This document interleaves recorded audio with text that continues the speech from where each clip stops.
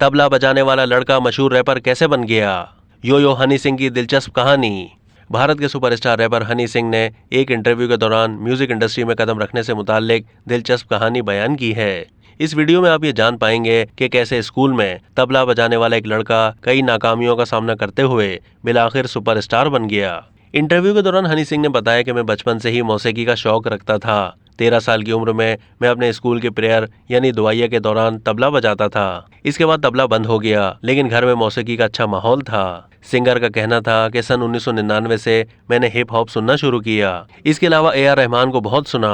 फिर मुझे ऐसा ही कुछ करने का ख्याल आया, लेकिन मुझे समझ नहीं आ रही थी कि मैं कैसे करूं। मैंने 2003 में अंडरग्राउंड रैपर्स के लिए बीट्स बनाई। हनी सिंह का बताना था कि 2005 में मुझे अशोक मस्ती के साथ पहली बार गाना कंपोज करने का मौका मिला और मैंने गाना खड़ के गिलासी तेरे नाल गीत बनाया, जो सुपर हिट रहा। लेकिन इसके बाद भी मेरे पास काम नहीं था। उन्होंने मजीद बताया कि इसके बाद 2007 में मैं बतौर म्यूजिक डायरेक्टर पंजाब मुंतकिल हो गया।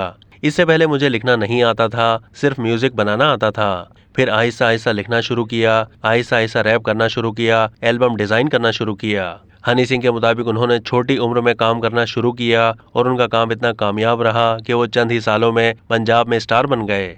उनका कहना था कि लेकिन दिल्ली, मुंबई और बड़े शहरों में मेरी कोई खास पहचान नहीं थी। इसके बाद मैंने खुद को लॉन्च करने का फैसला किया और मैंने अपना पहला गाना ब्राउन रंग और दुकान चल पड़ी लॉन्च किया। फिर तो एक से बढ़कर एक सुपरहिट गीत आते चले गए। हनी सिंह कहते हैं कि जब मैंने डोप शोप जैसे गाने बनाए तो पंजाब में लोगों ने मेरे पुतले जलाए, लेकिन मैंने किसी पर तवज्जो नहीं दी क्योंकि लोग प्यार करते थे और ऐसा काम करने वाले सिर्फ मुट्ठी भर लोग थे। मुझे इससे कोई फर्क नहीं पड़ा।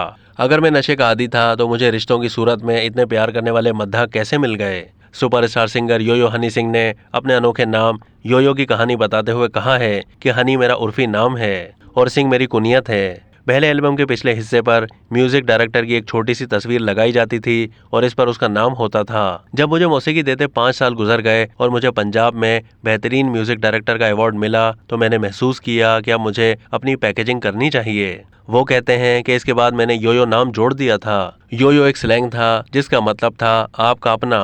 वो मुझे ऐसे ही पुकारते थे और यूं ये नाम पड़ गया।